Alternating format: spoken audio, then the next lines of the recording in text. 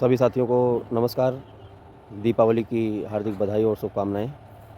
जैसा कि आप सब जानते हैं कि इस पावन पर्व के अवसर पर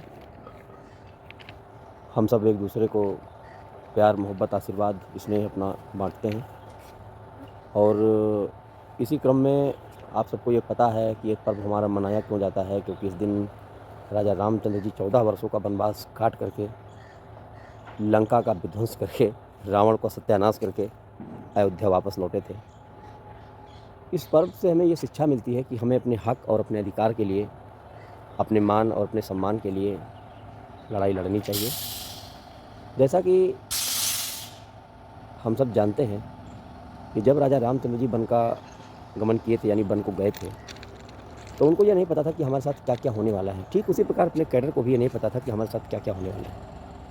साथियों, मैं आपको बताऊँ कि राजा रामचंद्र जी के पास कोई सेना भी नहीं थी, कोई प्री प्लान्ड अस्त्र-शस्त्र नहीं थे, लेकिन उन्होंने निराशा कभी नहीं व्यक्त की जीवन में। कभी वो हतोत्साहित नहीं हुए जीवन में। उसका कारण ये था कि उन्हें किसी से डर नहीं लगता था। उनका आत्मबल बहुत मजबूत था। वे अपने आत्मबल पर जीवित थे और उन्होंने यह भी शिक्षा दी कि अगर मुसीबत पड़े और आदमी के पास कोई साधन, कोई संसाधन, कोई अस्त्र, कोई शस्त्र ना भी हो, तो आदमी को अपनी हिम्मत से काम लेना चाहिए और जो नर, बानर, पशु, पक्षी जो भी उनके साथ मिले, उनको सबको एक करके और अपने लिए संघर्ष करना चाहिए।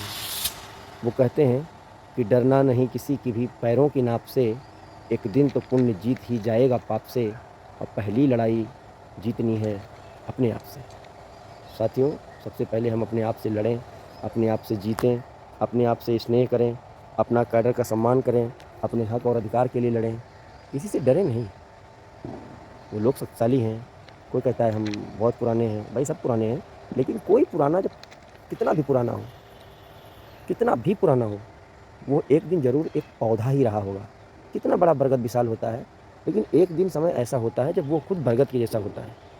साथियों, मैं यही कहना चाहता हूँ, अड़े रहो, डटे रहो, मुस्तैदी के साथ खड़े रहो, अपने हक अधिकार के लिए लामबंद रहो। यही दीपावली हमको शिक्षा देती है।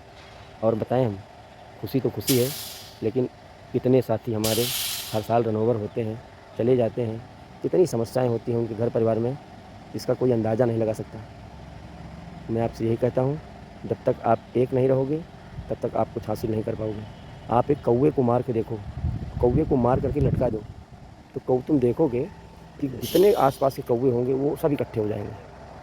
और इतना ट्रैकमैन हमारा रनओवर होता है, आज तक रनओवर के लिए हम लोग एक जीपीएस मिल सकता है, हम लोग अच्छे डिवाइस ना पा सकें। हम लोग प्रमोशन के नाम पर, समानता के अधिकार के नाम पर, समानता का अधिकार है, सब कुछ है, देश है, आज़ाद देश है, स्वतंत्र भारत है, सब कुछ होते हुए भी हम एलडीसी ओपन टू ऑल में ना बैठ सकें। हम लोग 4200 ग्रेड पे में प्रमोशन ना पा सके, जिसके लिए आज हमको संघर्ष करना पड़ रहा है, ये कहना पड़ रहा है। कितनी शर्म की बात है। और फिर भी आप एक नहीं हो पा रहे हैं।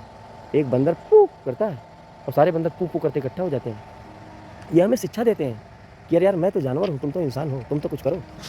आप तो बुद्धिमान हो, मानव श्रेष्ठ हो। पृथ्वी पर जितने जीव पाए जाते हैं, उन सारे जीवों में सबसे बुद्धिमान मनुष्य होता है।